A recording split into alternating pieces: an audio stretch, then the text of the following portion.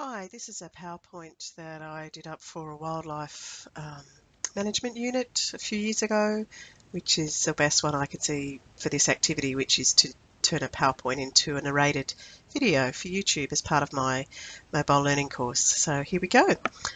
Okay, today we're going to talk about managing fauna populations. Fauna as animals, and we're talking about wildlife, native wildlife in Australia, specifically New South Wales, which is where I was doing that job for many years.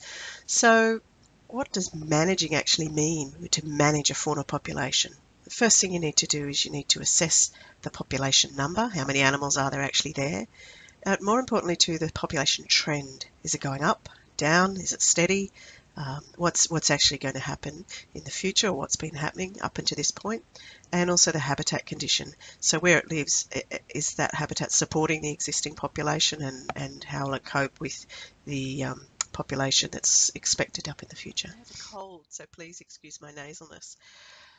So once you know the population level and the trend, you need to ask yourself, is it in balance? And if it's not, why not?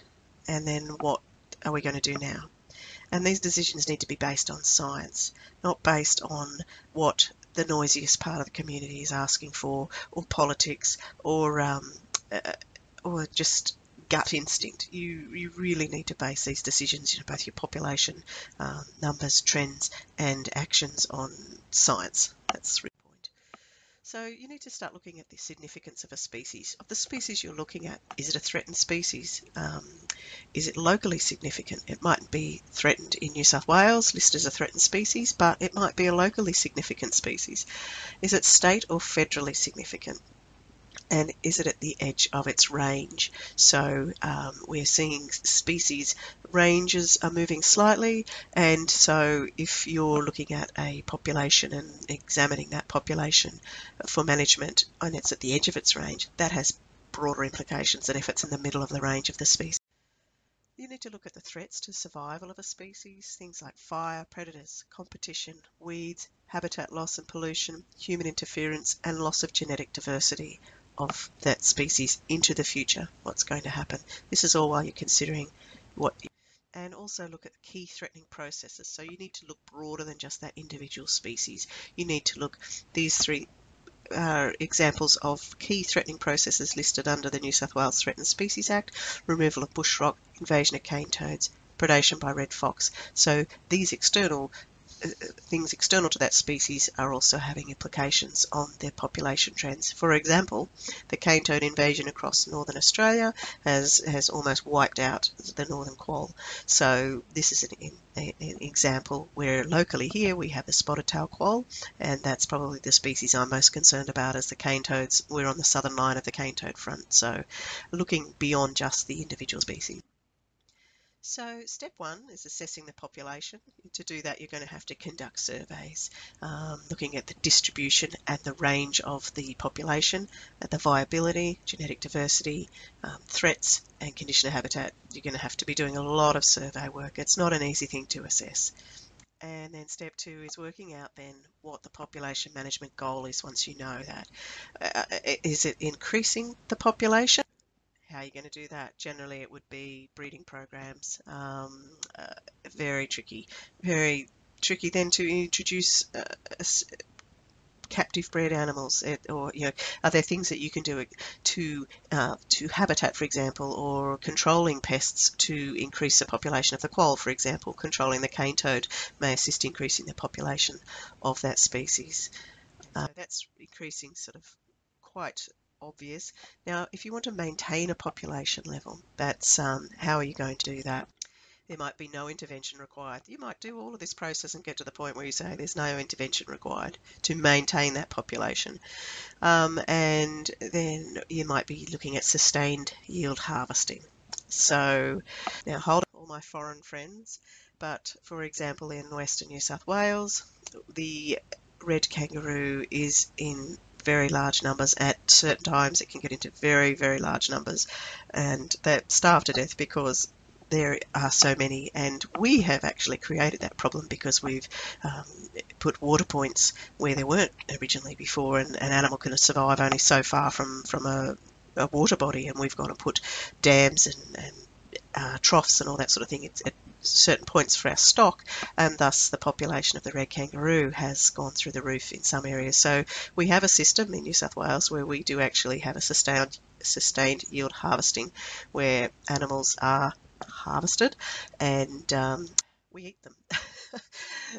So it's actually the most sustainable meat choice you can make at the moment in New South Wales, apart from no meat obviously, but these animals are being, population is being managed, and there's an opportunity there. This meat could rot in the paddock and attract pigs, wild pigs, or it can be reused and goes through all our health standards, and it's a very rich gamey meat, goes great in the slow cooker. So this is of managing and maintaining a population level, trying to maintain a population level by a system. It requires a lot of management. It needs to be regular and ongoing monitoring. The harvest based is on abundance estimates. It needs to be regularly monitored of how that population trend is going with the system in place, and we also need to keep up to date on the research and ecology and feeding this back into the program. So commercial harvest quotas need to be ecologically sustainable, and there also needs to be some refuge habitats for the animals. That's important.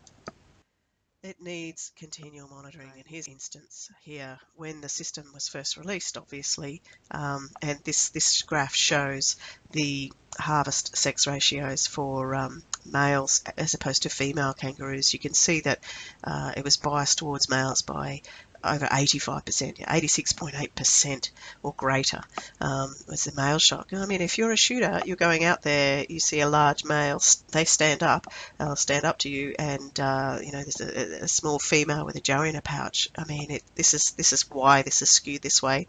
And also, you know, if you're harvesting the meat, there's got a lot more meat on a large male like that. So this information was so important to collect and then feed back into the system, because that then had to be the system had to be adjusted, where it's like, hang on, we can't take out all the males, and we can't take out all the alpha males in these populations either. So it's just an example of the importance of monitoring and managing a program of this situation to ensure that the species is not damaged into the future of what's going on. So I told you it was controversial.